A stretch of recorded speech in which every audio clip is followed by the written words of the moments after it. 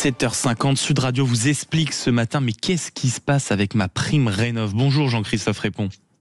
Bonjour. Vous êtes président de la Confédération de l'artisanat et des petites entreprises du bâtiment. Merci beaucoup d'avoir et d'être avec nous ce matin. On avait envie de vous recevoir parce que en réalité le site et cette fameuse prime qui a été, on va dire, réactivée cette semaine, notamment mardi, on devait en réalité se connecter sur un site et le site a connu près de 1500 connexions en 2 heures, c'est-à-dire 10 fois plus que d'habitude.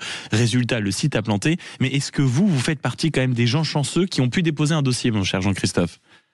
Non, enfin, moi personnellement non, mais sûrement que des artisans que je représente ont dû essayer. Vous savez, ça a été remis il y a quelques jours pour en fait servir 13 000 dossiers jusqu'à la fin de l'année, ce qu'avait annoncé la ministre Valérie Létard. Donc vous voyez bien que les gens et les artisans et les particuliers attendent cette opportunité avec impatience. Mais c'est vrai que le plantage du site nous met vraiment en question, nous questionne fortement sur l'avenir de MaPrimeRénov' comme il est actuellement constitué. Et donc on essaye de trouver une solution, nous, pour que cet argent qui est mis sur la table pour accompagner les particuliers à rénover l'habitat puisse aussi bénéficier aux artisans, parce qu'actuellement, pour l'artisanat du bâtiment, pour les petites entreprises que je représente, il y a très peu d'activités sur ce secteur-là, et donc on voit bien que le ruissellement tant attendu par les artisans ne profite pas aux artisans. Oui, et évidemment, ma première question était un peu sous forme de boutade, parce que je préfère toujours en rire, en effet, quand on voit malheureusement, en effet, les conséquences qui en découlent. Mais plus sérieusement, est-ce que vous avez eu des remontées, vous, de certains artisans qui ont essayé de se connecter et qui, si vous voulez, ont quand même été lâchés dans la nature avec un site qui ne répond pas présent? Comme vous le dites, quand on attend depuis des mois que ce soit réactivé, on aurait espéré quand même quelque chose qui fonctionne. Non, je crois que majoritairement, ce ne sont pas des artisans qui ont bloqué le site en demandant des accompagnements. C'est plutôt des concentrateurs, des grosses entreprises qui organisent actuellement le marché et qui avaient des dossiers en attente et qui ont de suite, dès l'ouverture, j'allais dire, bourré les urnes en essayant de sortir sur le dessus de la pile. Mais on voit bien que ça dysfonctionne. Et nous, ce qu'on essaye de monter pour l'avenir, c'est parce que la rénovation énergétique et le mieux vivre sur l'habitat est pour nous un sujet primordial.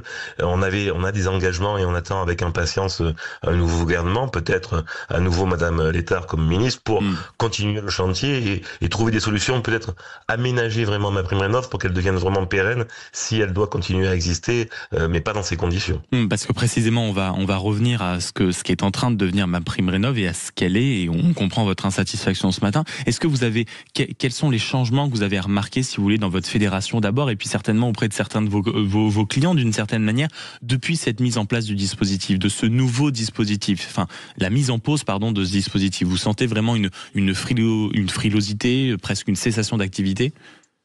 La difficulté que l'on a, et on l'avait prédit aux différents ministres que l'on a côtoyés dans notre vie politique, c'est que la rénovation dite d'ampleur, largement aidée, très généreusement aidée, aux alentours des 70 000 euros, était contre-productive à moyen terme pour la rénovation énergétique. C'est-à-dire que on voit bien que l'ensemble des artisans qui sont sur le territoire, les 500 000 artisans, les 97% du tissu économique, n'étaient pas concernés par cette rénovation d'ampleur, puisqu'elle demandait de concentrer le marché et d'aller capter, j'allais dire, le particulier pour lui proposer cette offre. Et on a bien vu que ce marché s'est vite organisé, puisque 55 000 entreprises dites RGE qui peuvent vous faire bénéficier de MaPrimeRénov' ont capté 2,6 milliards de budget en 6 mois, alors que l'année d'avant, on n'était pas arrivé à consommer l'ensemble du budget. Donc on voit bien que le marché s'est organisé. Je pense pas à la faveur et au bénéfice des particuliers, mais au contraire pour capter la valeur ajoutée de cet impôt qui est posé là sur la table. Donc nous, on essaie de travailler pour que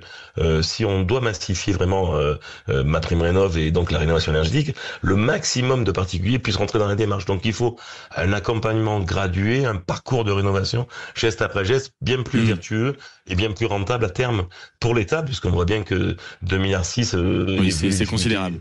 Budgétaire, on ne pourra pas consommer si on doit rénover 700 000 logements, plus de 30 milliards dans le budget de l'État. Donc il faut bien qu'on trouve d'autres solutions pour accompagner au mieux les particuliers et bien évidemment les artisans que je représente. Jean-Christophe Répond, vous êtes le président de la Confédération de l'artisanat et des petites entreprises du bâtiment. Précisément, en effet, ça ne devrait concerner plus que 13 000 personnes. On voit bien à quel point ce nouveau dispositif de MaPrimeRénov' semble compliqué. Vous parlez de nouveaux moyens et de vos échanges avec les différents différents ministres, etc.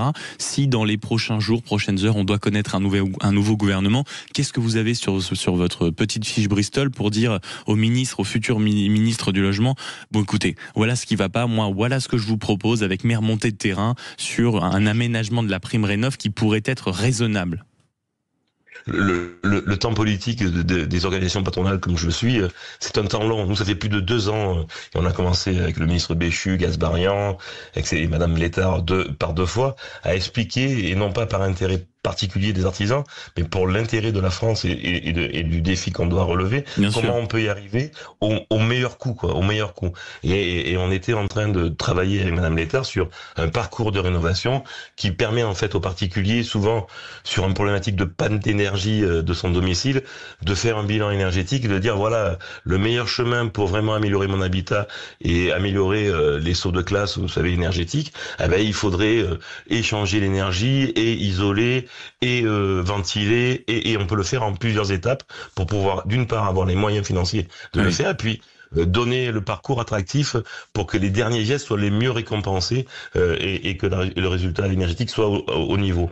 Et donc on a essayé d'écrire et de commencer à écrire ce parcours de rénovation qui sera moins coûteux pour l'État, plus lisible pour les particuliers Ouais, c'est ça. et si Moins possible pénible. qui Oui, ressemble aussi et qui retombe un peu aussi sur l'activité pour nous parce que pour le moment les artisans ne bénéficient pas de cette activité et de cette dynamique et donc c'est pour nous très troublant que de voir que nos impôts retombent pas dans l'activité économique de nos artisans sur l'ensemble du territoire. Il faut le rappeler au prochain ministre du Logement. Merci beaucoup Jean-Christophe Répond, président de la Confédération de l'artisanat et des petites entreprises du bâtiment, nous avoir éclairé ce matin sur les problématiques déjà, on va dire, que pose cette nouvelle MaPrimeRénov'.